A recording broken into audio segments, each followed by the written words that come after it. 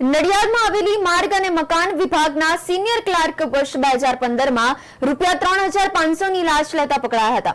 જે કેસની સુનાવણી નડિયાદ કોર્ટ દ્વારા કરવામાં આવતા આ સિનિયર ક્લાર્કને લાંચના ગુનામાં કસૂરમાં ઠેરવીને 4 વર્ષની કેદની સજા ફટકારી છે। આ સિવાય ₹5,000નો દંડ પણ ફટકારવામાં આવ્યો હતો।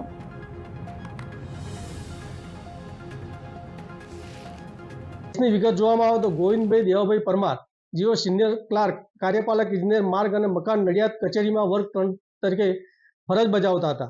તેઓએ સને 2015ની સાલમાં ફરિયાદી પાસે તેઓના બિલના નાણાંના કેશ કરાવવા માટે ₹3500ના લાંચની માંગણી કરેલી હતી।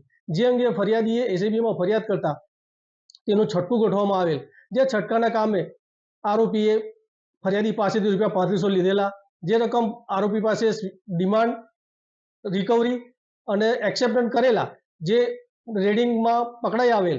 જે અંગેનો કેસ આજ રોજ નડિયાદના મહેરબાન ચોથા એડિશનલ જજ સાહેબની કોર્ટમાં ચાલી ગયેલ। જે અંગેનો સ્પેશિયલ કેસ એસીબી 8/18થી થયેલ, જેમાં ફરિયાદ પક્ષના કુલ 7 મૌખિક પુરાવા તેમજ 59 દસ્તાવેજી પુરાવા ધ્યાને લઈ આજ રોજ નામદાર કોર્ટે આરોપીને